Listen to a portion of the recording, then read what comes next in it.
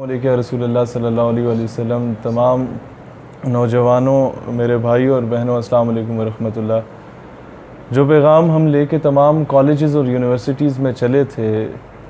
کہ مغرب جو آپ کو تقسیم کر رہا ہے، جو آپ کو ڈیوائیڈ اینڈ رول کی پالیسی پر آپ لوگوں کو شکست دینے کی کوشش کر رہا ہے، تو اس کا وہ 1 پوائنٹ ایجنڈا ہے، وہ فاقہ کش کے موت سے ڈرتا نہیں ذرا، روح محمد اس کے بدن سے نکال دو۔ تو آج میں نے جب ساری زندگی حضرت اقبال رحمۃ اللہ علیہ کو اگر کچھ سمجھنے کی کوشش کی، اور آیاز میں کویشچن کہ حضرت آپ مجھے ایک جملے میں بتا دیجئے کہ امت کا جو بکھرا ہوا شیرازہ ہے اسے کس طرح ایک پلیٹ فارم پہ اکٹھا کیا جا سکتا ہے، تو مجھے وہ ایک لائن میں جو جواب ملتا ہے وہ یہ ملتا ہے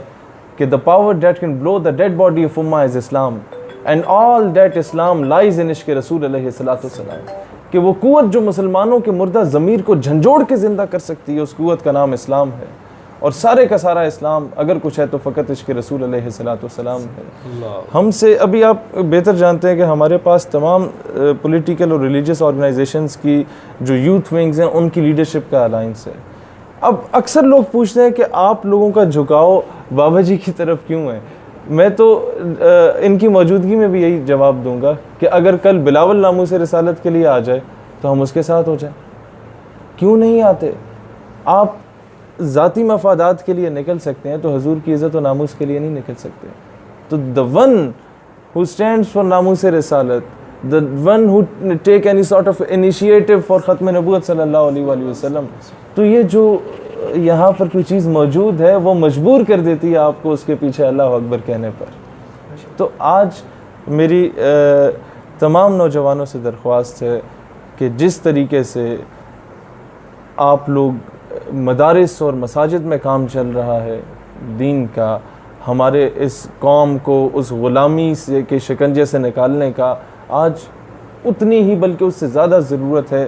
تعلیمی اداروں میں، کالجز اور یونیورسٹیز میں جا کے اسلام اور پاکستان کا پیغام دینا اور نظریہ پاکستان کا دفاع کرنا۔ یہ پروفیسر ہود بائے ٹائپ کے یا جتنے آسمہ جہانگیر کے ناجائز اولادیں، ایسے لوگوں کا کاؤنٹر نیریٹو ہم لوگوں نے دینا ہے، اور اسی وجہ سے ہم یہاں ان سے دعا لینے آئے ہیں کہ جو کام آپ کر رہے ہیں اللہ تعالیٰ وہ جرت، ہمت، استقامت ہم لوگوں کو بھی عطا کرے کہ 150 پونے 200 دن جیل میں رہنے کے بعد بھی وہی تر و تازہ چہرہ، وہی جذبہ، وہی حوصلہ بلند، اللہ تعالیٰ ہمیں بھی ایسا ثابت قدمی عطا کرے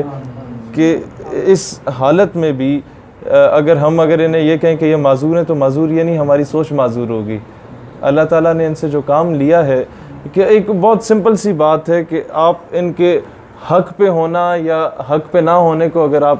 دیکھیں، ایک جملے میں ڈیفائن کرنا چاہوں تو وہ یہ ہوگا کہ جب یہ گرفتار ہوئے تو گریٹ ولڈرز نے جشن منایا تھا اور کہا تھا کہ I would like to appreciate the government of Pakistan, کہ میں انہیں شاباشی دینا چاہتا ہوں کہ آپ نے ایسے شخص کو گرفتار کیا۔ اس بندے نے جشن منایا جو کہ گستاخانہ خاکے ہالینڈ میں شائع کر رہا تھا، اور آج جب یہ رہا ہوتے ہیں تو اسی کے پسینے چھوٹ رہے ہوتے ہیں۔ رہا تو یہ پاکستان میں ہو رہے ہیں، پسینے لوگوں کے کہاں کہاں چھوٹ رہے ہیں۔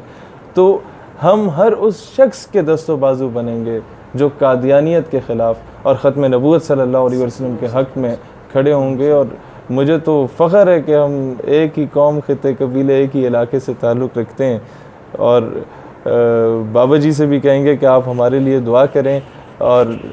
کوئی نوجوانوں کو حضرت اقبال کی روشنی میں کوئی ایک شعر کی روشنی میں اگر کہنا چاہیں تو آپ۔ اللہ تعالیٰ آپ کے حوصلوں کو مزید بلند فرمائے، آمین۔ اور آپ جو مشن جاری رکھے ہوئے ہیں اس مشن کے لیے سارے نوجوان آپ کے ساتھ کھڑے ہو جائیں، اور پاکستان کا مستقبل انشاءاللہ پہلے بھی روشن ہے، مزید روشن ہو جائے گا۔ اور آپ نے جو بات کی ہے وہی اقبال نے کہا، زاں کے ملت را حیات از عشق اوست اور برگو ساز کائنات از عشق اوست۔ اقبال کہتا ہے امت مسلمہ اگر دوبارہ اپنا وقار بحال کرنا چاہتی ہے تو اس کا ایک ہی ذریعہ ہے کہ وہ اپنے دلوں کے اندر عشق رسول پیدا کرے۔ ہاں جی، بس یہی پیغام ہے اقبال کا، اور اقبال کے شاہین، جو اقبال شاہین تلاش کرتا وہ آپ نوجوان ہی ہیں، اور انشاءاللہ آپ کھڑے ہو جائیں، پوری دنیا میں پاکستان کا نام بھی بلند ہوگا اور دنیا دیکھے گی کہ وہ حضور کا غلام آ رہا ہے۔ واہ واہ، اللہ آپ کو آباد رکھے، اللہ آپ کا سایہ ہم پہ آباد رکھے، پاکستان ہمیشہ زندہ باد۔